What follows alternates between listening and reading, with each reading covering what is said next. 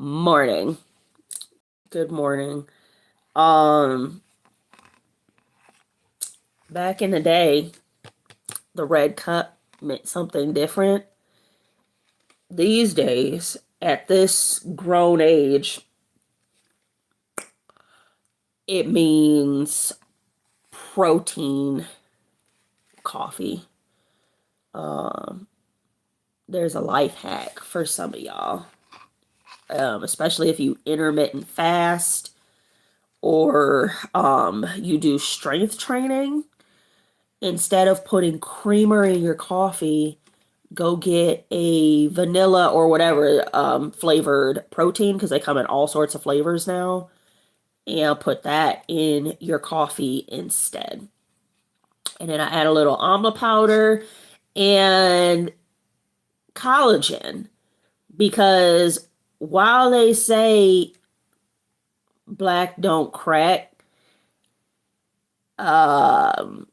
sometimes you want to help that process along. You want to make sure that you're cracking as least as possible. Okay. Who am I? I am 3+Kei, your favorite social worker. Welcome back. Please come prepared with your own coffee. We do not have time to be falling asleep. I just wanted to share something. I saw 2 conversations I had yesterday, and I keep saying this. I'm your favorite social worker because I want you to succeed in life, and I also want you to hold yourself accountable, which is how you will succeed in life. So you have to get to a point where you're like, it's my fault for XYZ, and then I learned this, and then this is how I'm going to correct it and apply it to the future so that this just doesn't happen again. So I have somebody in my life, and they have 60 days to vacate their housing, and they live in a small town. And I said, well, come to Missoula. You know, it's a bigger town, right? And they were saying there's zero housing, there's zero vacancies in their town because it's so small, and they're just screwed and like whatever. And I kind of just had to I considered saying I will personally help you for like an hour a week if you promise not to talk like that, right?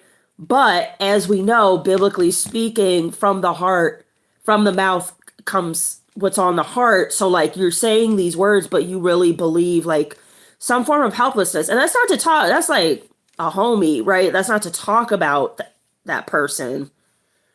It's just that if you believe you're screwed, then that's the case. And further, I need you to hear this. I need you to hear this, okay? So when you demonstrate helplessness or publicly, or an unwillingness to help yourself, others are less likely to help you,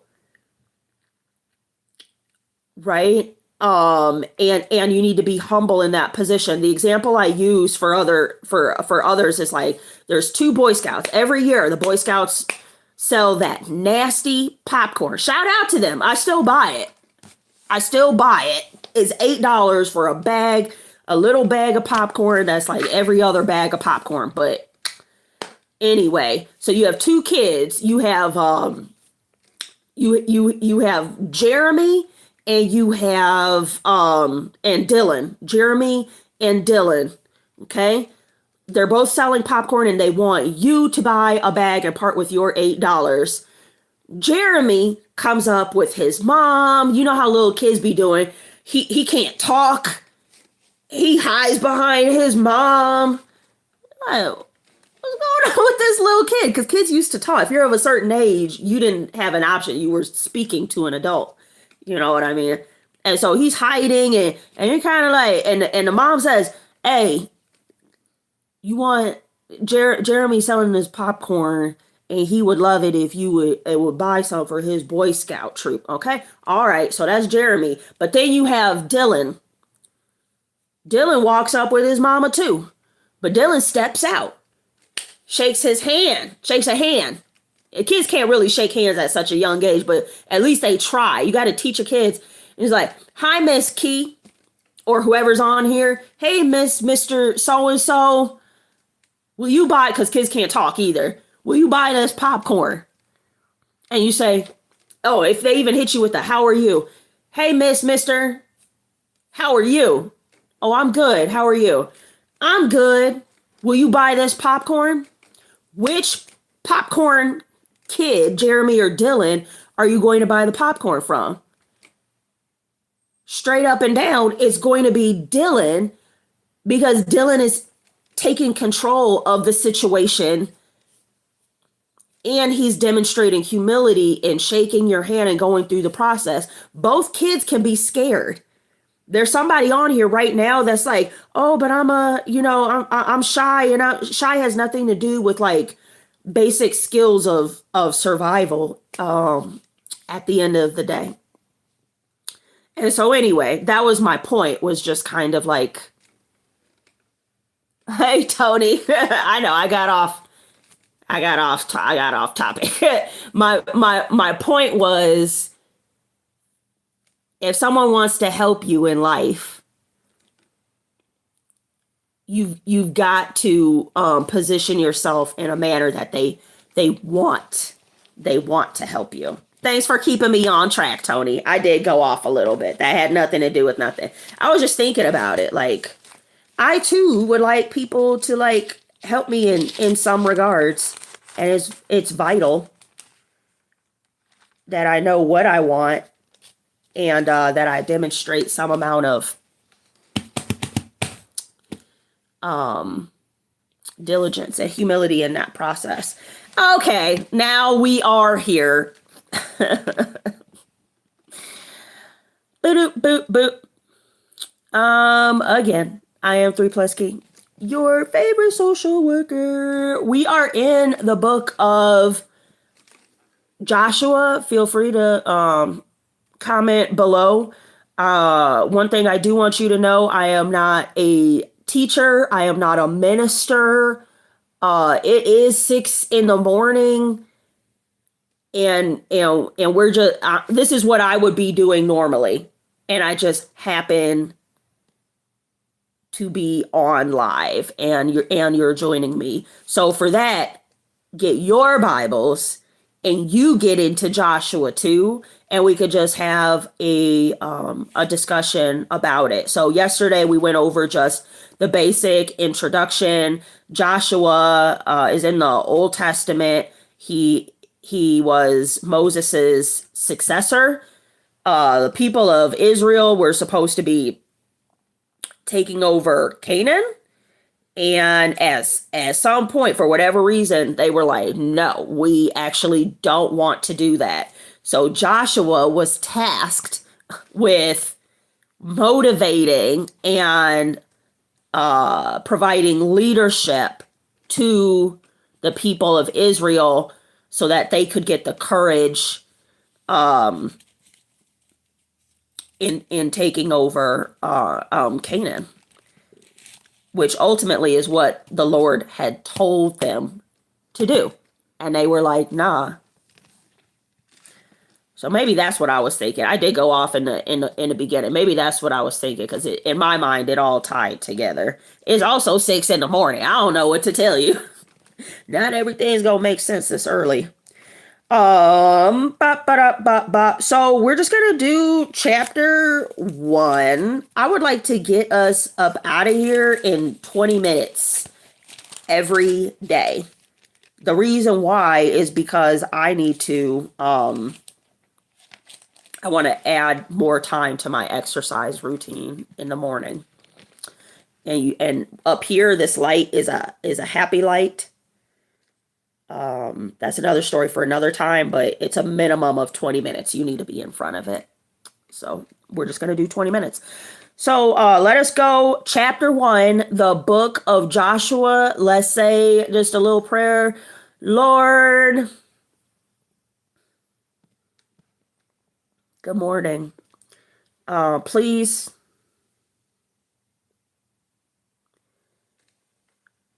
help me focus as I go over Joshua this morning. If you would, Lord, can you give me a word? Can you give me a word that I can meditate on and apply to my day, Lord? I would be very, very grateful for that. What we do know is that the events in the Old Testament point to Christ. So, Lord, please reveal that if it's not readily apparent. Lord, the people on this live and that are watching this video, please look over them today as they deal with the Susans of the world.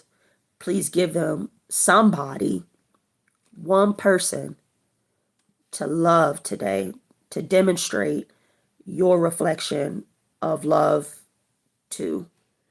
Thank you for waking us up today. We understand that we have the ultimate purpose of bringing you glory.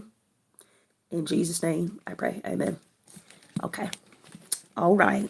Be kind today. Be kind today. Okay. Here we go. Now it says, this is chapter 1 of the book of Joshua. I hope you have it out. We got 8 minutes to get this thing thangin'. It says, A, entering the promised land. After wandering for 40 years in the wilderness, a new generation is ready to enter Canaan. But first, God prepares Joshua and the nation by teaching them the importance of courageous and consistent faith. The nation then miraculously crosses the Jordan River to begin the long-awaited conquest of the promised land. Like Joshua, we too need faith to begin and grow in the Christian life.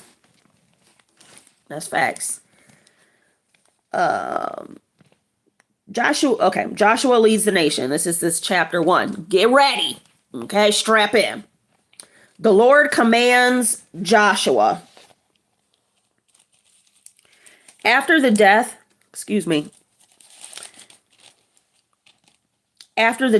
of Moses, the servant of the Lord said to Joshua, son of Nun, Moses' aide, Moses, my servant is dead.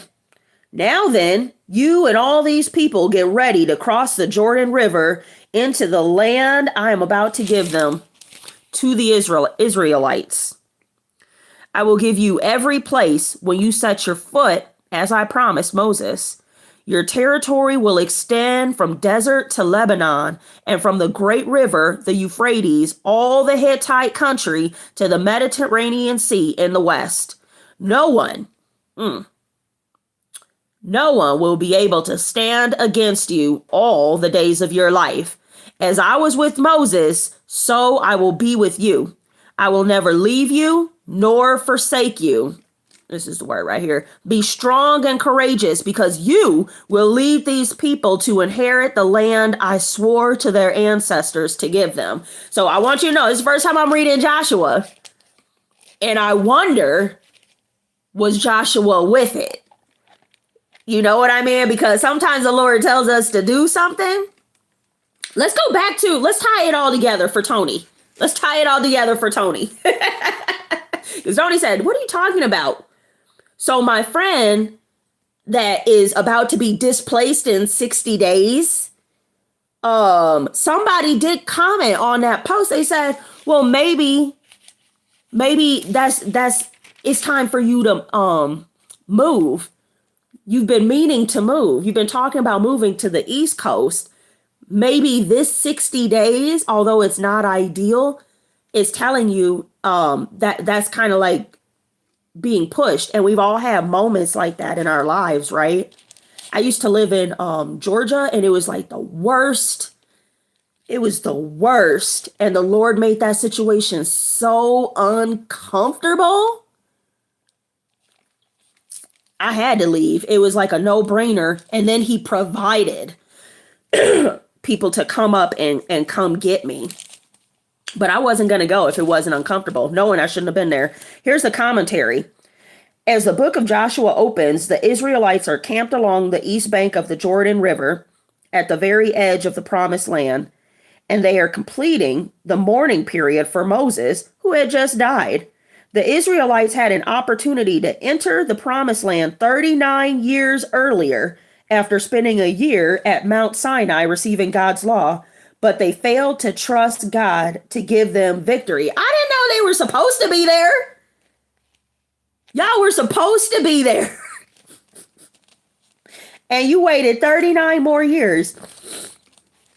As a result, God did not allow them to enter the land, but made them wander in the wilderness until that disobedient generation had all died. During their wilderness wanderings, the Israelites obeyed God's laws. They also taught the new generation to obey God's laws so that they could enter the promised land, which was also called what? Canaan. As the children grew, as the children grew, they were often reminded that faith and obedience to God brought victory, while unbelief and disobedience brought tragedy. When the last of the older generation had died and the new generation had become adults, the Israelites prepared to claim their long-awaited promised land. All right, do what you're supposed to do. If y'all would have done what you were supposed to do back then, and your kids would have been okay. But your kids had to rise up. Do it for you, baby. More commentary. This is 1-5. Joshua succeeded Moses as Israel's leader. Here we go. What qualifications did he have to become the leader of a nation? Number 1, God appointed him. Okay, I mean, hey, God says so. I mean, okay, say it with your chest. God appointed him. Number 2, he was one of only 2 living adults who had witnessed the Egyptian plagues and the Exodus from Egypt. I interpret that as wisdom. Like he saw how bad it could be. Like the reason why we need to get up out of here. I think that sometimes with like how there was the civil rights movement and how sometimes we in our community are like not acting right, myself included, in a way of like not honoring the generations who came before us and gave us like opportunities, and sometimes we like squander it. And it's because like they witnessed it. We didn't really like witness there's racism and stuff, but like we weren't in it like they were. And so we've lost perspective. So I'm reading this like God appointed him and he had perspective. And if we're talking about leadership, God appoints the leader. Number 2, the leader has some type of vision and perspective that others just might. I have a story for that too. But we're trying to stay on task, baby. Number 3, for why Joshua was appointed, he had been Moses's personal aide for 40 years. He had experience. Like a leader. And number 4, one of the 12 leaders is one of the 12 leaders sent to scout out the promised land. Only he and Caleb showed complete confidence that God would help them conquer. So he believed in the mission. He trusted the Lord. Okay, we're gonna wrap this up with the 1-2. We're only gonna go to 1-6 today. I'm gonna read verse 2 again. Moses, my servant, is dead. Now then, you and all these people get ready to cross the Jordan River into the land I'm about to give to them, to the Israelites. The commentary: because Joshua had assisted Moses for many years, he was well prepared to take over the leadership of the nation.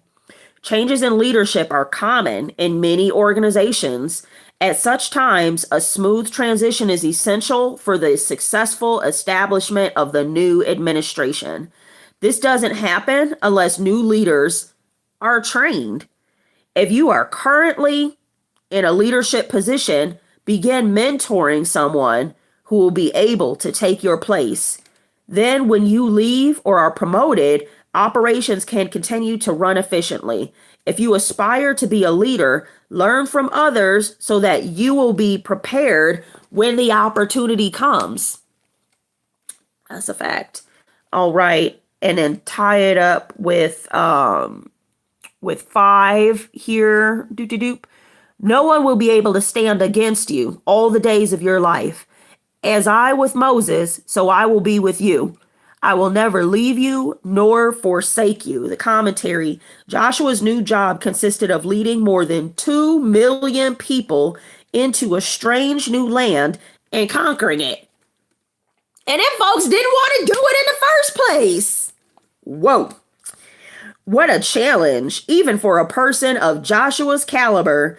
Every new job is a challenge. Without God, this experience can be frightening. With God, it could be a great adventure. Just as God was with Joshua, he is with us as we face our new challenges. We may not conquer nations, but every day we face tough situations, setbacks, difficult people, Susan, and temptations. God promises, however, that he will never abandon us or fail to help us. When we ask God to direct us, we can be confident that he will walk with us through all of life's challenges. I went to a church in Atlanta called East Point Church. And I remember Pastor Tony Carter was delivering this sermon that was like beast mode. And he's really good, excuse me, he's really good with like the visualization of things. And so he was describing shepherding and how the dogs shepherd from the back, but they get you to where you're going, and the sheep can be confident that the sheep, when they're going forward, keep looking back to make sure that the dogs are like with them. They feel secure with the dogs, even though sometimes the dogs have to like nip at their feet or whatever to make sure they're staying on track.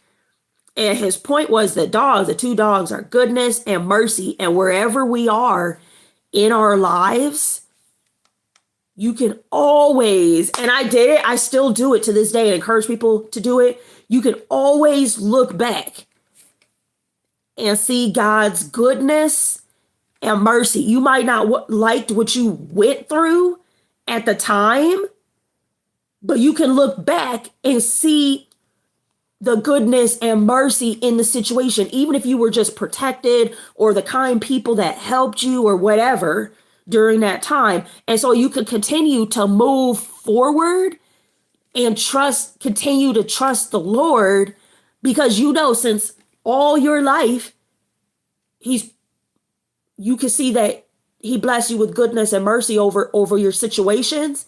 So then logically you can say, moving forward, he's going to continue to do the same. I'm in it right now. I'm in jail right now. But history would tell, even right now, I'm experiencing his goodness and his mercy. So to tie it back up for Tony, to tie it back up for Tony, my friend that's having the issues, he's not a believer, right? In secular terms, you might say something like trust the process or whatever, or this is your this is your sign, or however you want to put it. But really, we know, trust the Lord. And this is why it's important to be connected. This is why I'm not your teacher or your minister or your preacher. Go get in the book, get you a book and get into it and learn the word for yourself. Get wise people around you to help provide perspective. You understand? So anyway, go forward today. Joshua apparently is the book of leadership. Be mindful of the leadership you are providing today. I have a lot of people that I manage, and it is my intention that they feel heard every day. But today I want to make sure I'm doing some listening. I want to make sure that I'm listening to what people have to say. Especially we have there's a training today. So I want to make sure I'm listening. All right, y'all. I am 3+Kei, your favorite social worker. Go listen today. Always lead with kindness. If you feel like it's about to get negative, you go somewhere else. You don't need to leave negative comments or anything like that. You just go. Telling you, that's the way to do it. Yeah. Comment whenever you see this video. Like this video. Share this video. Shorts come out at 9 a.m. Let's just say videos every day. 6 a.m., 9 a.m., 12 p.m., and 2 p.m. Subscribe to this channel and then hit that notification button. But more importantly, subscribe to this channel. If you're already subscribed, thank you. Go on and share this video now. There's steps, there's levels to this. Try to get to 1,000 subs so we can get that gospel out to everybody. Okay, go ahead and subscribe starting now. I will talk to you later.